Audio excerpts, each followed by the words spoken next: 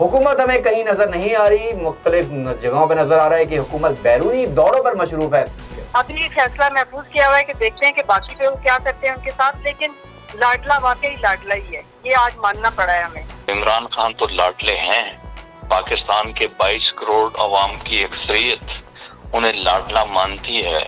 वो एक कॉल पे बुलाते हैं तो हजारों और लाखों की तादाद में लोग कच्चे धागे से बंधे हुए चले आते हैं। खान साहब की जो जुबान है ना, वही सबसे बड़ी क्लाशनकोफ है, उससे बड़ी क्लाशनकोफ उन्हें चाहिए ही नहीं। वो कब कहाँ क्या यूज कर लेते हैं लफ्ज और बाद में कहते हैं स्लिप ऑफ टंग है।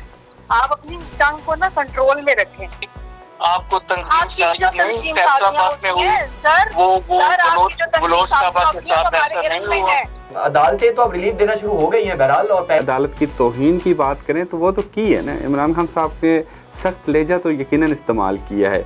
अगर सख्त लहजा में मुदस्सर साकिब गाली दे तो उसको मिले सज़ा, और इसी जगह पे नवाज शरीफ, इमरान खान, शहबाज शरीफ गाली दे तो उसको ना मिले। गुज़िश्ता हुकूमत की कारकर्दगी को मौजूदा हुकूमत नहीं मान रही थी, आज उन्हीं माहिदों पर काम हो रहा है, इसे आप कैसे देख रही हैं? अगर ये कर्नल फाइल खरीद लेते, ये सब चीजें अगर टाइम से काम करते, अगर ये गैस सब्सिडी खरीद लेते, आज हमें इतना मसाइल तो ना होते ना।